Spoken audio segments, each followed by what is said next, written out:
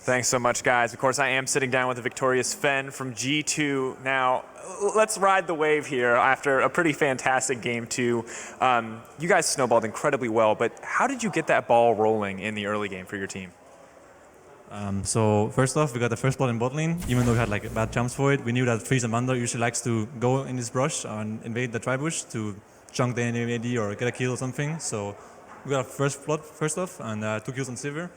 So that was the first thing that happened, and then I had no flash level 1, so we went top lane to lane swap, and then they came there and they wanted to gank us with Olaf, and it kind of backfired super hard. One guy died, I think, afterwards, and then I think Olaf died at the end, like behind the tower or something. And meanwhile that happened, they lost, I think 3 waves in the tower or something, and I based my tier on perfect gold, so I had a tier and a longsword, and then we went bot lane, and another disaster happened there, where they tried to gank us, and Trick was there in the right place again, and it just like snowballed that there was like 1 fight level 1, 1 fight level 3, and 1 fight level 4 that all resulted in a kill for us. And I think we got 2 kills, 3 kills maybe in bot lane at some point.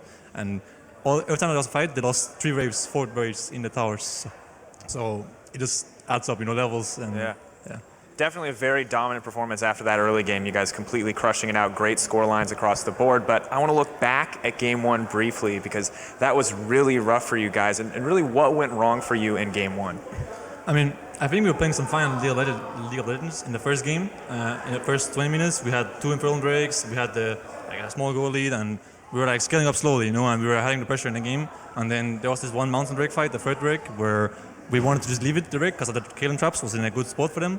So we wanted to just give up the Drake, go mid, hit the tower, and then run top lane towards the second tower.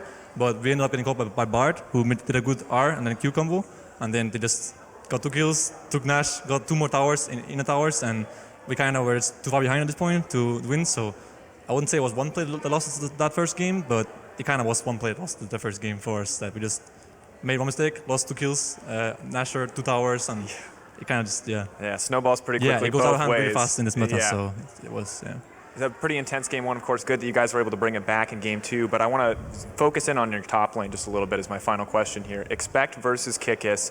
How has that been different for the team, and what do you expect from this guy in the future? That's funny because I think Expect has improved a lot. Last few weeks he plays all the scrims now since Kikis is left, but I think that Kikis actually improved a lot to be like Dehan, Expect, in the way that they both like Aurelia, Fizz, the carry kind of champs. But I think Dehan just needs to improve his English and his team play, because he's good at playing the 1v1 lane or for himself, but he wasn't sure when to TP to his lane, when to do TP for bot lane or mid, or when to go where because of Drake or Nasher or playing for tower and lane swapping and so on. So I think with Joey, or Coach Youngblock, he's learning English really fast and learning all the terms, like pushing on second wave or collapse means sandwich and all that kind of stuff. So Joey helps him learn stuff from scrims, and I think it's going upwards only. Obviously Kikis right now is probably better because of his, I think Kikis has really good team play, good low eco play style. He communicates a lot with the top laner when he's ahead, when he's behind, so it's super good.